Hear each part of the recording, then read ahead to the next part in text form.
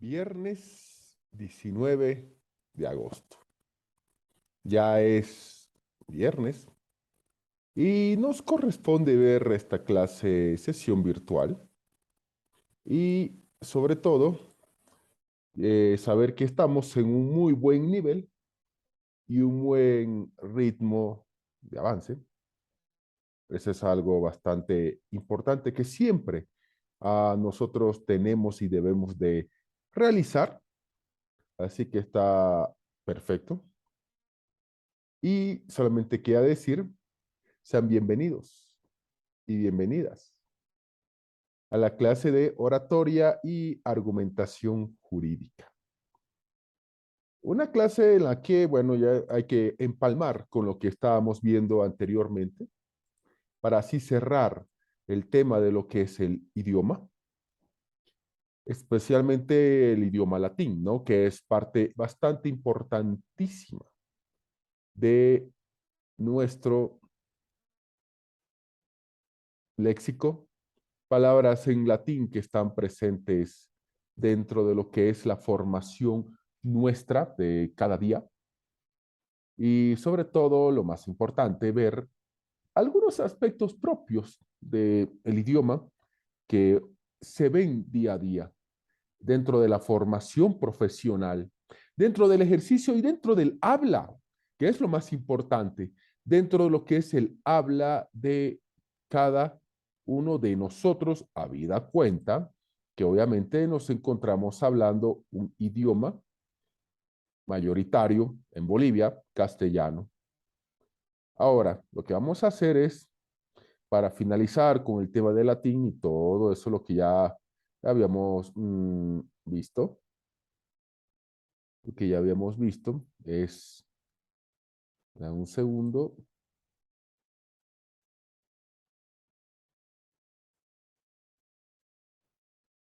compartir pantalla. Así es, vamos a compartir pantalla. Ya es el último tema de esta parte, latín en la actualidad. Las universidades en Europa estudian mucho latín. Mucho más tienen que estudiar los que van a ser abogados, los que van a ejercer esa profesión. Y aquí en América Latina, hay que decirlo, no debería ni tendría que ser la excepción. No debería serlo, para nada. Desde el año 2017, como les explicaba a ustedes en clase, ha venido un fuerte movimiento que indica que el idioma fundacional de la cultura europea, el latín, goza de buena salud y que busca resucitarlo como argumento identitario de identidad para el viejo continente. Hay algunos movimientos que inclusive quieren que sea un idioma oficial de la Unión Europea. Sí, la Unión Europea. Ya hicimos la aclaración en clases de que el continente europeo no es lo mismo que Unión Europea. Entonces, eso es algo bastante importante que hay que decir y que hay que señalar al respecto. Muchos quieren que sea el idioma oficial de la Unión Europea. Así que están en esa lucha fuerte. Ahora, hemos visto algunas frases latinas en el aula, pero aquí habíamos quedado que íbamos a profundizar otras locuciones latinas que son usadas actualmente en el ámbito jurídico. Y saben que se las usan bastante, ¿sí? Se las emplean bastantes, hay que decirlo de esa manera. Por ejemplo, las más conocidas, bueno, según criterio de su facilitador, es decir, de mi persona. Ab absurdo hasta el absurdo. Ab eterno, desde siempre, desde muy antiguo. Abrogatio, que viene de abrogar, que ya hemos explicado por si acaso que abrogar y derogar no es lo mismo bajo ningún argumento, porque la abrogación es dejar sin efecto la totalidad de una norma del primero al último de sus artículos.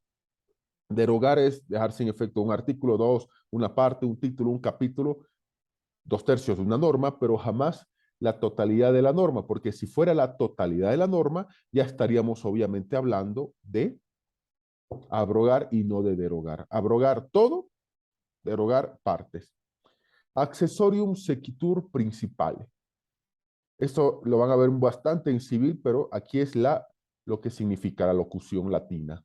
Lo accesorio sigue a lo principal, que en materia de derecho civil se aplica bastante que lo accesorio siempre sigue la suerte de lo principal, por supuesto. A contrario sensu, en sentido contrario. Actio de dolo, acción de dolo. Actio popularis, que es acción popular. Ad argumentandum tantum, con el solo fin de argumentar, sí, ad argumentandum tantum, ad cautelam, para la cautela, ad exemplum, para ejemplo, ad extra, hacia afuera, ad finem, hasta el fin, ad hoc, para esto, para un fin particular. Cuando ustedes escuchen que se eligió una directiva ad hoc, y se usa bastante esa terminología en Bolivia, por si acaso, ad hoc es para un momento, para un fin particular, para esa situación o circunstancia. No es algo para, ¿cómo se llama? No es interino, por si acaso, son dos cosas bastante diferentes. Ad hoc es para un fin particular. Por lo general, los congresos, por ejemplo, eligen una directiva ad hoc que va a llevar adelante ese congreso, y cuando ya termina de llevarse adelante ese congreso, esas personas ad hoc, bueno, vuelven nomás a donde estaban porque era para un fin particular. Ad hominem, contra la persona. Ad honorem, una función ejercida sin retribución alguna. Ad interim, interinamente o provisionalmente, una persona que ocupa un cargo de manera interina y que hasta en sus sellos, si son funcionarios o servidores públicos, ponen el AI, tal como lo estamos viendo acá, porque es ad interim. In extenso, en sentido extenso o sentido amplio. In extremis, en el último momento. Siempre esto es algo que los bolivianos aplicamos siempre. In extremis, siempre estamos en el último momento. Infine, al final.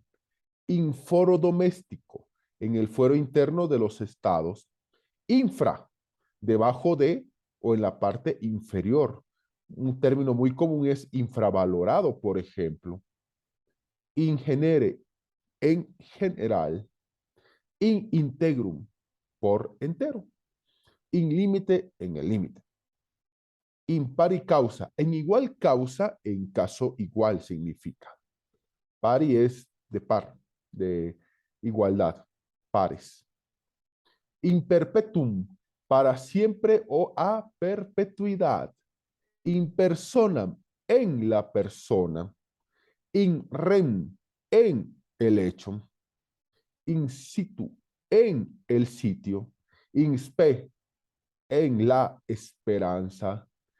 In statu nascendi, en estado de nacimiento o estado de formación. Inter alia, entre otras cosas, inter alia. Interpartes, entre las partes. Obviamente ustedes van a escuchar bastante el término interpartes en la normativa del derecho civil boliviano y también el derecho internacional público. Inter armas silent leyes. Entre las armas enmudecen las leyes. Un aforismo importante que se aplica en el derecho internacional. Interpósita persona, por persona interpuesta o por medio de otro. Eso significa por interpósita persona, que es un término también bastante habitual dentro del derecho civil y también dentro de lo que es el derecho penal. In toto, en todo, totalmente. Intuitus personae, en consideración a la persona, o también otras traducciones implican que es propio de esa persona. Por ejemplo, ustedes tienen sus propios derechos intuito personae, es decir, de la calidad de cada uno de ustedes. Ipso facto, que es por el mismo hecho. Ipso iure, por el mismo derecho. Ya habíamos visto eso bastante, que se usa la palabra facto en el país, y iure la usamos bastante los abogados, y ustedes por lógica la van a llegar a usar. Iure gestionis, por derecho de gestión o administración, que es cuando los actos realizados por el Estado como sujeto privado. Jure imperi por el derecho de soberanía. Jure propio, perdón, propio, por derecho propio. Es la traducción al castellano. Juris et de jure, de pleno y absoluto derecho. Así es, de pleno y absoluto derecho. De pleno y absoluto derecho. Iuris tantum, tan solo de derecho, que es una expresión bastante que se aplica en la jurisprudencia del Tribunal Constitucional. Incluso hay una revista de Santa Cruz llamada Iuris Tantum, ¿no? Con muy buenos articulados y artículos científicos. Así que les paso el dato. Ius ad bellum, por el derecho de recurrir a la guerra. Así es, ius ad bellum, por el derecho de recurrir, de poder recurrir a la guerra. Ius ad tractatum, derecho a la conclusión de los tratados. Que un Estado en materia internacional, estos dos términos, tanto el ius ad bellum como el ius ad tractatum, hablamos que son términos bastante conocidos y usuales dentro de lo que es la terminología latina, sí, pero del derecho internacional, concretamente de lo que es el derecho internacional público, que el derecho internacional público es el que ve las relaciones entre los diversos estados del planeta. Jus belli, el derecho a la guerra. Claro que muchas veces los países aducían tener el jus belli para ir a la guerra, ir a enfrentar a otro país y hasta justificar ese tipo de acciones que se realizaban. Ius civitatis, derecho de los ciudadanos. Ius cogis, que es un derecho obligatorio y superior a la voluntad de los estados. Ius contrahendi, que es el derecho de negociar o el derecho de pactar. También ius vocandi, derecho de llamar, de hacer venir.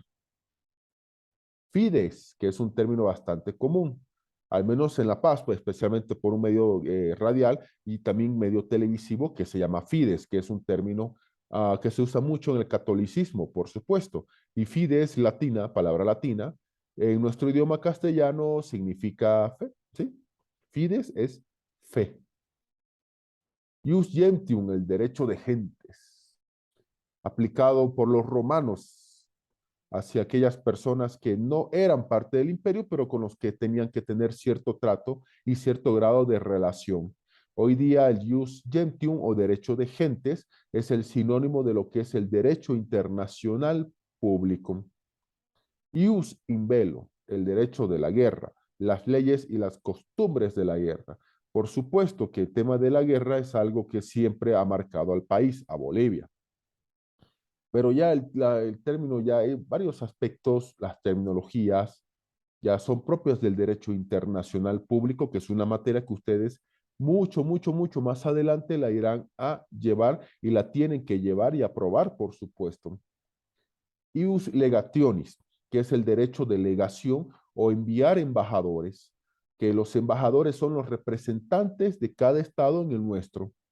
Por ejemplo, el embajador tiene un lugar de trabajo llamado embajada. Las embajadas están o en las capitales o, en el caso boliviano y otros países, en lo que es la sede de gobierno. La Paz en nuestro caso, obviamente. Y dentro de eso, hay una embajada a cargo de un embajador. Ese embajador es el representante plenipotenciario, es decir, que tiene muchos poderes, que representa a su país y a su gobierno. No solamente representa un gobierno, un embajador, es la voz del país y del gobierno respectivo. Entonces, el ius legationis es el derecho de legación o de enviar embajadores. Ius non scriptum, ius non scriptum, el derecho no escrito. Ese derecho que también puede interpretarse de varias formas, un derecho consuetudinario, que está a cargo de las costumbres, que es un derecho no escrito, pero también puede interpretarse al derecho natural. Así es, el derecho natural, que es un derecho que tampoco está escrito, pero que es anterior. Anterior, obviamente, al derecho positivo, que es el que estamos nosotros acostumbrados a llevar. Ius omnidodae representationis, el derecho de representación general, que es la capacidad del jefe de Estado de un Estado, valga la aclaración y redundancia, para representar a ese Estado en todos los ámbitos. Jus sanguinis, el derecho de sangre. Jus sanguinis, sangre. ¿Qué es la nacionalidad y los derechos de una persona que son derivados de los lazos de sangre? Es decir, una nacionalidad, por ejemplo, la nacionalidad nuestra es boliviano, algunos quizás tengan otra nacionalidad, etcétera. Y el tema del jus sanguinis es cómo se adquiere una nacionalidad. Y el tema del jus sanguinis es sencillo y complejo al mismo tiempo, que es la sangre del papá o de la mamá, desde el punto de vista jurídico, por supuesto, la hereda el hijo o hija. Es decir, nosotros tenemos la nacionalidad de nuestros padres. Si papá y mamá son bolivianos y se van a vivir a Malasia o Maldivas y allí nace un hijo, ese hijo ya es boliviano por la sangre de los papás. Jus sanguinis, derecho de sangre, y la nacionalidad se adquiere por el tema de la sangre. Ahora, en el caso boliviano y de muchos otros países en el planeta, solo basta que papá o mamá sea boliviano o boliviana, ya está la sangre puesta y ahí está la adquisición de la nacionalidad mediante ese vínculo llamado jus sanguinis, derecho de sangre. Entonces ahí nosotros tenemos ese aspecto. Al igual que, digamos, un par de argentinos que están en las calles de La Paz, tienen un hijo, por supuesto que ese hijo va a ser argentino por la sangre de los papás, independientemente del lugar de nacimiento. A eso se refiere jus sanguinis. Pero también tenemos otro criterio para el tema de la nacionalidad, que ya no solamente es el jus sanguinis, es también el jus soli, llamado derecho de suelo. Que el derecho de suelo es la nacionalidad y derechos de una persona en el país en el cual han nacido. Por ejemplo, les comentaba el último caso. Un par de argentinos están aquí en las calles de La Paz y nace hijo o hija. Perfecto. Pues por el jus sanguinis van a tener la nacionalidad de Argentina por la sangre de papá y mamá. Aunque solo basta que tenga una de ellas, pero bueno. Y también va a ser boliviano. ¿Por qué me dirán? Jus soli, el derecho de suelo. Lo que nace en Bolivia ya es boliviano. Así solamente haya venido a nacer. Hay excepciones a la regla. El derecho es una ciencia que siempre tiene reglas, pero esas reglas también están marcadas por excepciones. Y esas excepciones también son reconocidas por los demás países del planeta. Por ejemplo, el hijo del embajador, que hace rato hablábamos, el embajador se viene con su esposa. Perfecto. Y nace en Bolivia, La Paz, un hijo o hija. No son bolivianos, porque ese embajador está al servicio de su país y de su gente y de su gobierno. Entonces, esa es una excepción a la regla del jus soli, del derecho de suelo, de una persona que ha nacido en ese país. Un mexicano cruza la frontera o el muro con Estados Unidos y nace su niño. El niño es estadounidense por haber nacido en suelo estadounidense. Ustedes dirán, sí, pero la papá o mamá todavía no lo son. Exacto, no lo son. Y entonces estos son términos que se usan bastante dentro de lo que es derecho internacional público, derecho civil y también el derecho internacional privado, si es el derecho internacional privado, el tema de lo que implica y es la nacionalidad, el cómo se otorga, cómo un Estado otorga la nacionalidad a una persona para que esa nacionalidad sea ejercida por esa persona.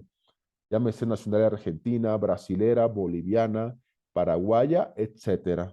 Entonces, esos son aspectos que hay que recordar. Jus soli, derecho de sangre. Jus, jus sanguini es derecho de sangre. Jus sanguini, sanguini de sangre. Jus soli, derecho de suelo. Así es, derecho de suelo. Jus standi, que es el derecho de personarse, el derecho de acceso ante un órgano jurisdiccional. Lux talegem, según la ley, esto y esto y esto. Estas son algunas frases en latín que, como les decía en la clase presencial, de este lunes, ya que ya pasó, siempre es bueno manejar frases en latín. Pero ¿saben qué es lo mejor? Que ustedes conozcan, uno, qué significa, y dos, saber en qué momento emplearlas. Porque obviamente, eso hacemos los abogados. Y hay que saber en qué momento usarlas, estas palabras o locuciones en latín, para realizar inclusive palabras de enlace, que no estarían mal vistas bajo ningún argumento, ya que yo considero que los abogados tendríamos que aprender no solamente un par de palabras y saber su significado a la hora de ejercer. Yo soy partidario de que tendríamos también que saber hablar latín, porque el derecho romano, además del idioma, dejó instituciones que el día de hoy están vigentes en el derecho.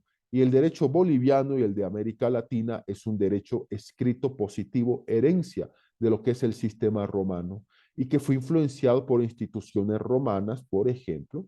El Senado es una institución romana, o la República también, claro, el sistema de república. De hecho, república es del latín res, que significa cosa pública de todos, la cosa pública o la cosa de todos. Entonces yo considero que también tendríamos que hablar latín, porque en otros países estudian el latín, le dan bastante importante a lo que es el latín dentro de una formación profesional, para entender qué significa todo lo que estamos viendo acá, no solamente con una explicación breve o somera, sino que también con un contenido muy fuerte de un idioma que es el idioma jurídico por excelencia, al margen del castellano que nosotros estamos hablando. Lato sensu, en sentido lato o por extensión. Lex es ley, así es. Lex es ley. Lex loci, la ley del lugar. Lex posterior derogat priori, la ley posterior deroga la anterior. Ya hoy día ya sabemos nosotros que al margen de las definiciones en latín, ya hablamos y no nos contradecimos por si acaso de los términos abrogar y derogar, solo que en esa época se usaba la palabra derogar, ahora se usa la palabra abrogar. Abrogar, dejar sin efecto toda una ley, y derogar articulados o parte de ella, pero la derogación nunca implica dejar sin efecto la totalidad de la ley. Esta locución significa que una ley nueva deja sin efecto la anterior cuando la ley nueva así lo determina. Por ejemplo, ley del Ministerio Público, nace una nueva ley del Ministerio Público, por dar un ejemplo, esa nueva ley deja sin efecto a la anterior ley. Entonces, eso significa esta alocución. Lex societatis, el derecho a una sociedad. ¿Cuál es el derecho que se aplica a una sociedad, asociación? Es decir, a lo que es una persona jurídica o colectiva, porque hay dos tipos de personas por si acaso. La primera somos las personas naturales.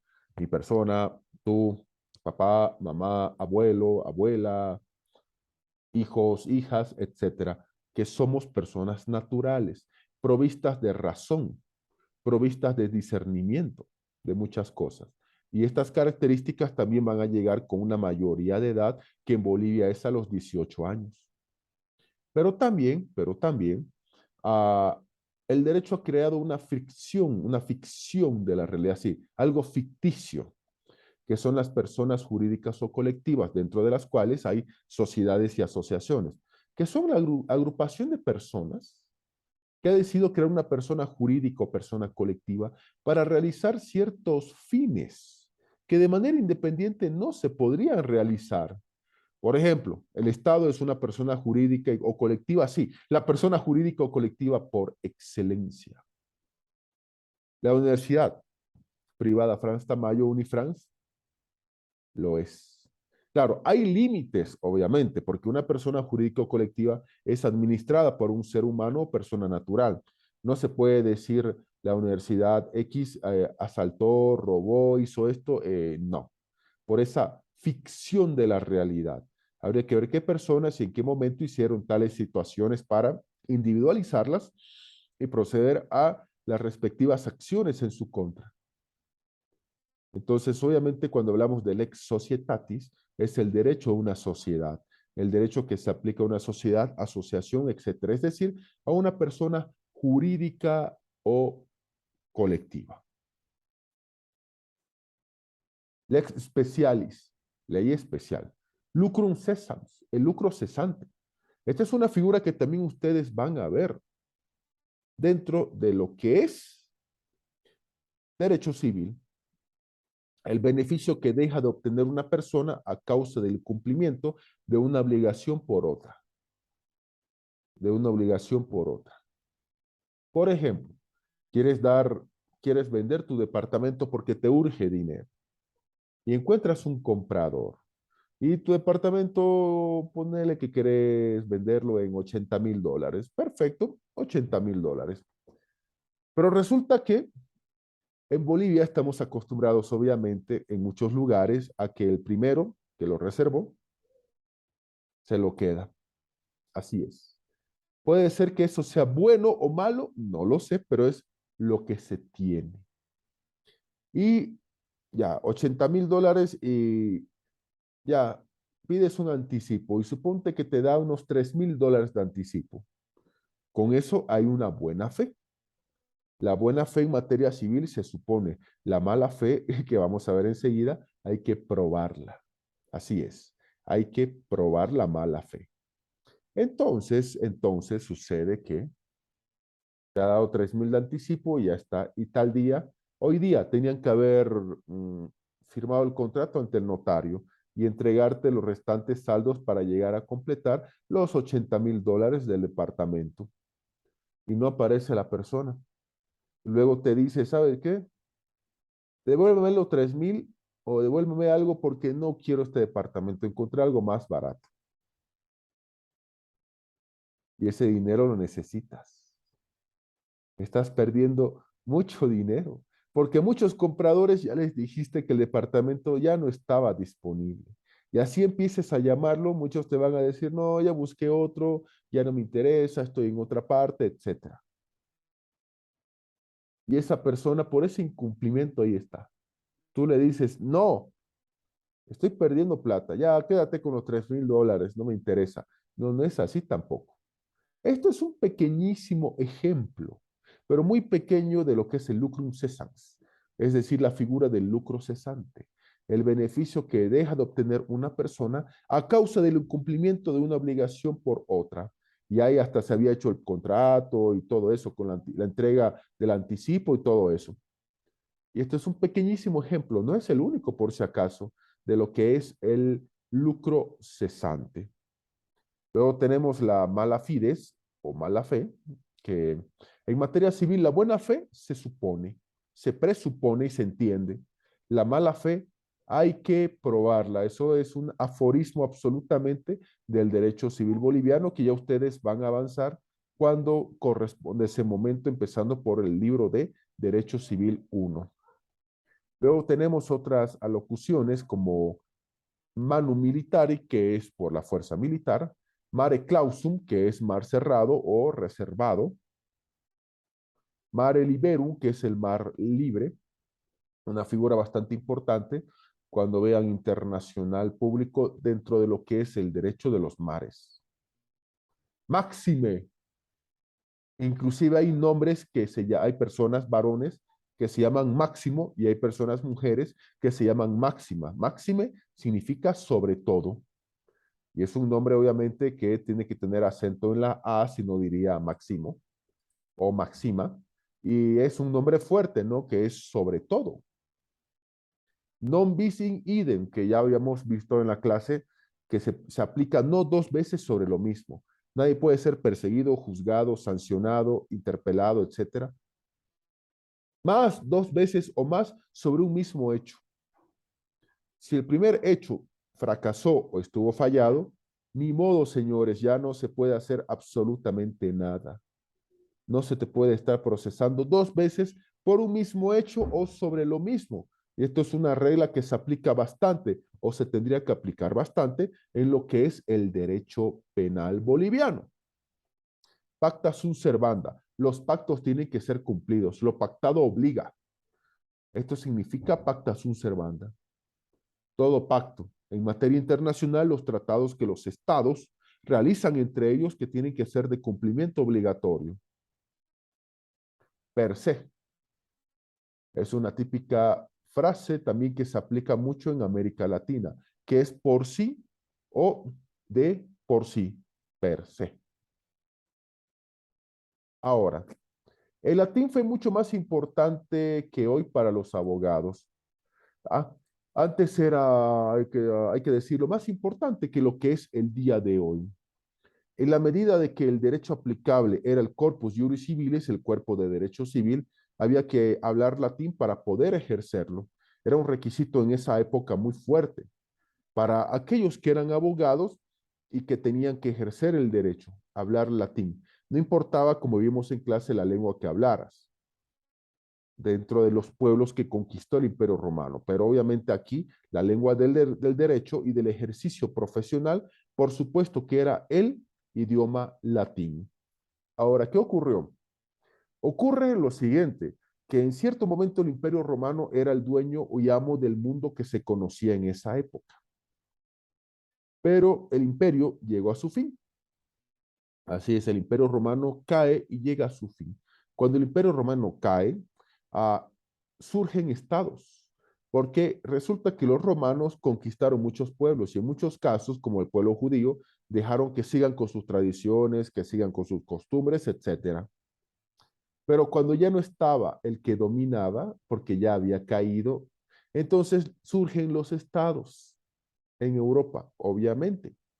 Y ahí ocurre que estos estados que ya empiezan a adquirir su independencia, empiezan a abandonar los cuerpos jurídicos romanos porque ellos decían que había que aplicar su propia norma. Entonces la normativa romana, ellos decían, no, esto ya no hay imperio, ya no hay sus leyes. Ahora estamos nosotros y nosotros aplicamos nuestras propias leyes.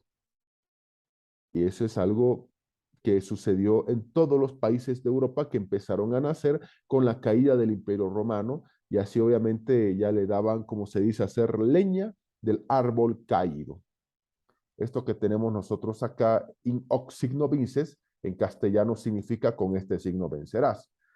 Cuenta la tradición que el emperador romano Constantino, hijo de Santa Helena, en una batalla se dirige al dios de su madre porque Constantino era pagano, no era católico. Y se dirige y Dios le responde y le dice, in hoc signo vinces, con este signo vencerás, que era la cruz de los cristianos. Entonces, obviamente, Constantino pinta en todo su ejército y tropa la cruz cristiana y vence.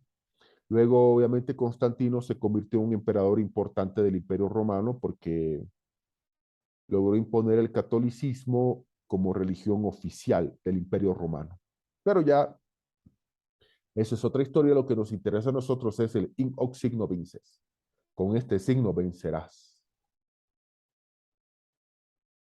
Ahora, los estados en el mundo, en Europa concretamente, ya estaban naciendo, ya estaban vigentes. Ya el imperio romano no existía para nada y en lo absoluto. Entonces, ¿qué hicieron estos países? Estos estados nuevos, estado-país,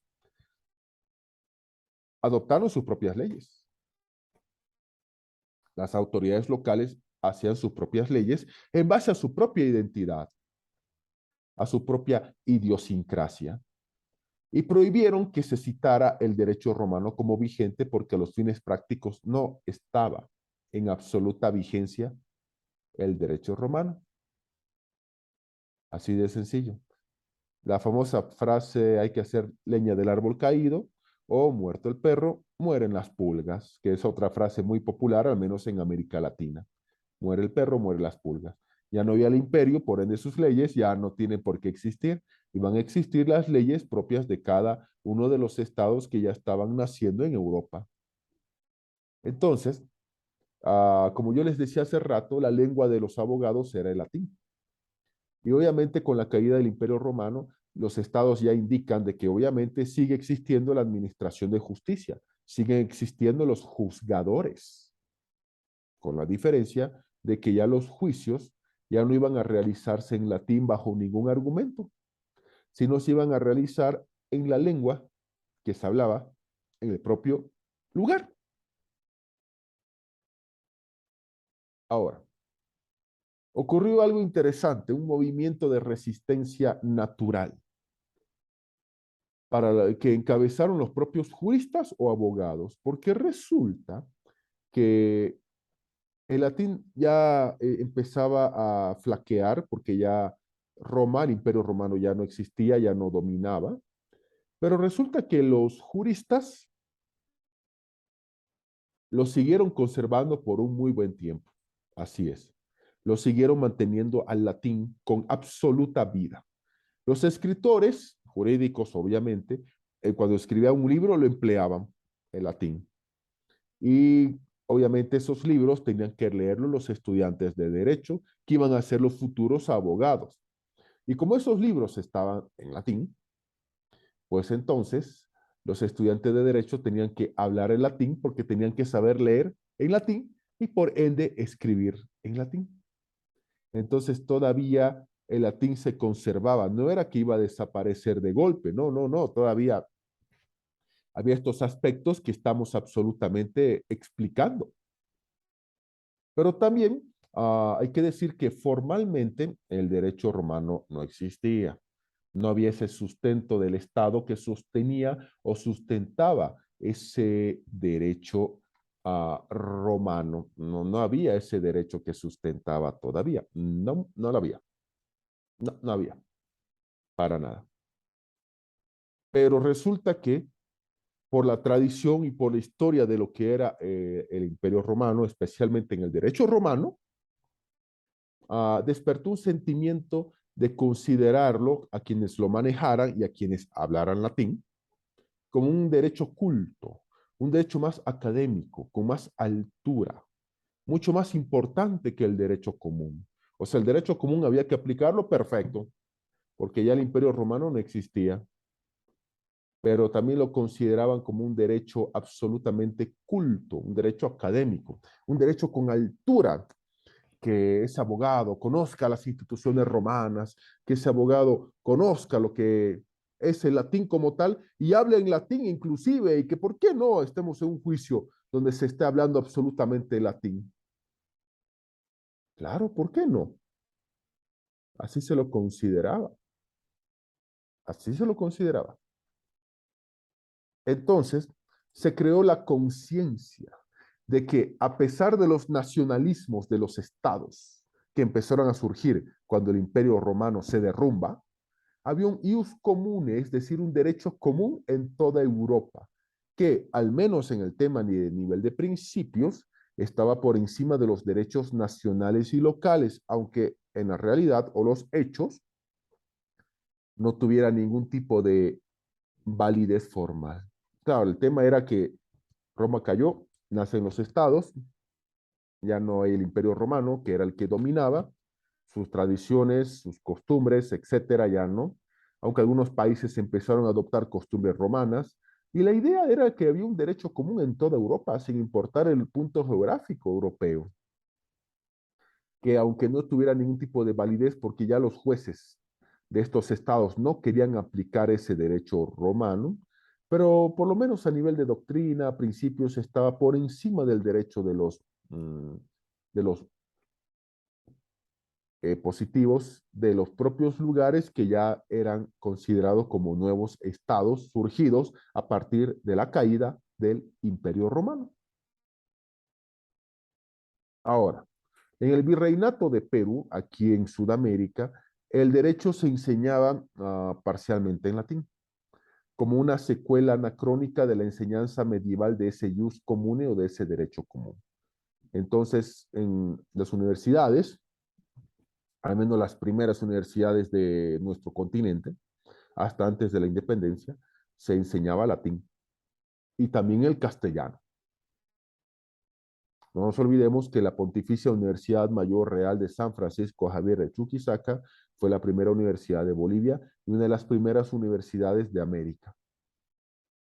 Y obviamente la regla de los españoles era clara, porque todavía no estábamos en el nivel de la independencia, por si acaso.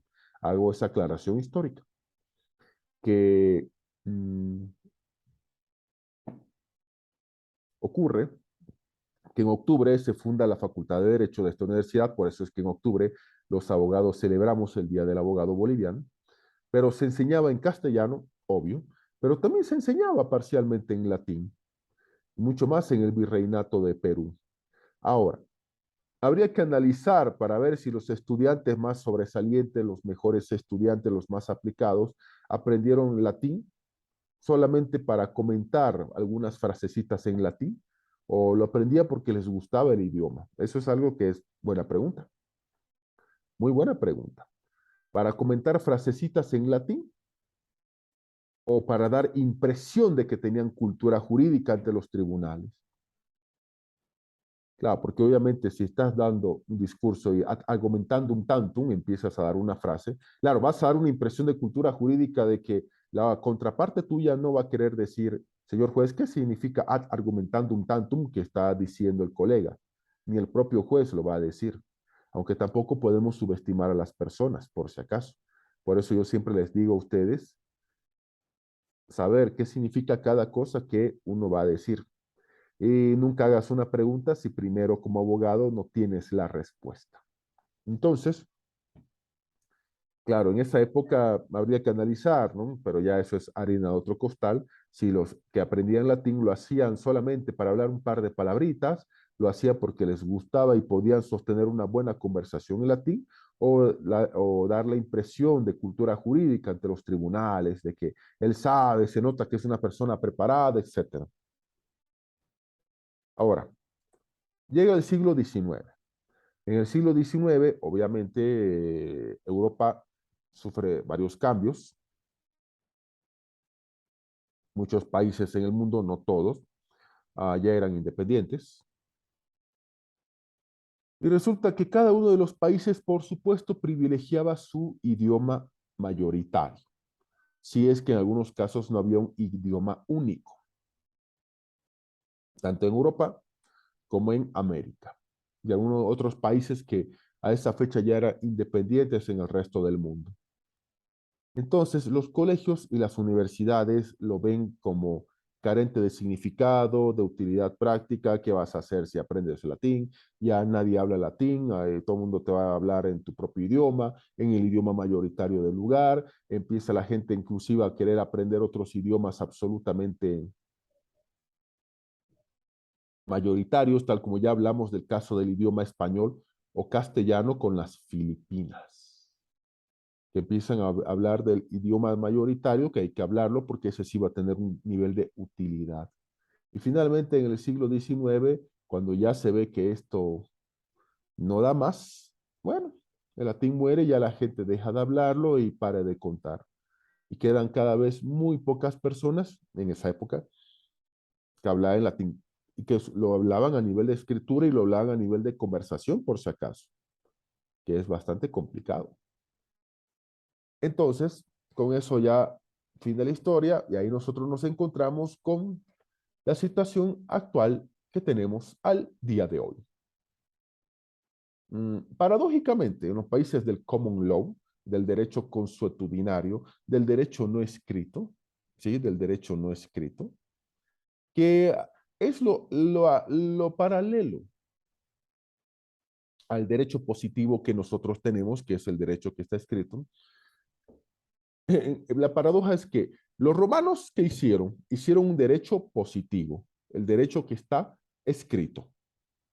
Instituciones romanas que obviamente fueron adecuadas luego por el resto de los países. Pero resulta que Estados Unidos es parte de la herencia inglesa, no es un secreto. Y los ingleses obviamente se basan en un derecho no escrito, aunque Estados Unidos tiene su constitución escrita por si acaso. Ese es un detalle no menor, que Estados Unidos tiene una constitución escrita. Entonces, en Estados Unidos es común que los abogados, y los abogados de un país, por si acaso, que no tiene la tradición latina, que nosotros sí tenemos, y eso el tema de la tradición latina, ya lo hemos hablado en anteriores clases, por si acaso, es común que el abogado estadounidense use palabras en latín. y que use más que en países cuyo sistema jurídico es una herencia directa del Imperio Romano. ¿Paradójico? Sí. Ahora, expresiones como ratio decidendi o victor dictum, entre otras, forman parte del lenguaje común del abogado estadounidense. A ciertos mandatos de ejecución de sentencia dirigidos al sheriff se les llama sir facias, es decir, hagas saber que. La orden de comparecencia se llama oficialmente venire facias, que es hagas venir o hágase venir. Entonces uno dice, ah, ya usan ellos, sí, en muchas instituciones.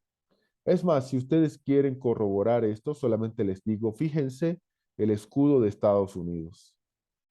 No está en inglés, está en latín. Fíjense, en el escudo busquen o si tienen un billete de algún dólar, ahí va a estar el escudo de Estados Unidos con frase en latín. Los actos de los órganos de gobierno de una empresa que exceden su fuerza se llaman ultra vires, más allá de tus fuerzas. De hecho, es muy común la palabra ultra, más allá de. En latín hay una frase que es ultra petita, que en castellano es más allá de lo que has pedido, que obviamente también se lo estudia en derecho civil. En el mundo anglosajón, no solo se usa el latín para la terminología jurídica, sino que se emplean palabras latinas en latín a lo largo del escrito o del discurso jurídico con el objeto de darle más elegancia, más formalidad, claro. Imagínense que existan palabras en latín en un discurso, en una escritura, es interesante y es positivo. En los informes ante las cortes estadounidenses se usa la palabra silicet en el sentido de es claro que. Y es claro que es silicet, latín. Con lo cual se inicia el desarrollo de un argumento más preciso. Estás ahí hablando y de pronto silicet, y ya sabes que ahí es claro que, y ahí es donde vas a empezar el argumento más fino. También se habla de scintilla of evidence o de una chispa de evidencia. Entonces, el latín está presente en el inglés jurídico. ¿Sí? Es frecuente que nosotros los abogados vayamos a adagios, ¿sí? Durante siglos, comenzando con el periodo clásico de Roma, luego el imperio, bastante Justiniano y los juristas orientales en Constantinopla, hoy día Turquía, y una ciudad de Turquía, y particularmente en la Edad Media, se vienen acuñando miles de adagios que resumen y concentran la sabiduría jurídica. Y a cada instante en el ejercicio de la profesión nos topamos con esas frases latinas que nos ayudan a expresar mejor nuestras ideas. Y por ende, en el derecho boliviano no tendrían que haber absolutamente ningún tipo de excepción a lo que es la aplicación del derecho romano y concretamente latín. Y adagio, por si acaso, adagio es una frase de un origen culto que usas para expresar algo, para dar cierto nivel de cultura y elegancia a lo que es la apreciación o esa frase o ese adagio que vas a realizar, pero obviamente hablamos de ese adagio en el idioma latín. Así de interesante. Entonces, ya con esto nos tenemos que decir, bueno, ya hemos culminado lo que es el lenguaje, lengua, idioma, lo que es obviamente el idioma castellano o español, que ya nosotros lo habíamos visto con mucho detenimiento. Ya habíamos visto también y hemos culminado la parte de hablar del latín, sí, la parte de hablar del latín.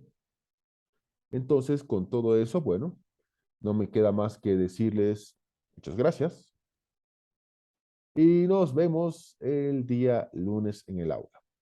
Yo solamente les pido que revisemos la plataforma, por favor, el tema de los prácticos y sobre todo lo más importante que ya de acuerdo al hito número 2 de avance, hay que tomar una evaluación que ya está en plataforma con fecha y todo, por favor. Entonces, eso les pido que siempre estén atentos a lo que es la plataforma, porque ahí se establecen las actividades que por supuesto las explico, por este medio o directamente también en el aula, al igual que resolver las consultas o dudas que ustedes tengan. Sin nada más que decir o hacer, no me queda más que agradecerles, que tengan un excelente fin de semana, disfruten el fin de semana, que les vaya muy bien, y con ustedes ya presencialmente, de acuerdo a las reglas de la universidad, nos vemos el día lunes, 7:30. No se olviden, ya no es segundo piso, tercer piso. Muchas gracias, nos vemos conmigo hasta el lunes. Muy buen fin de semana. Adiós.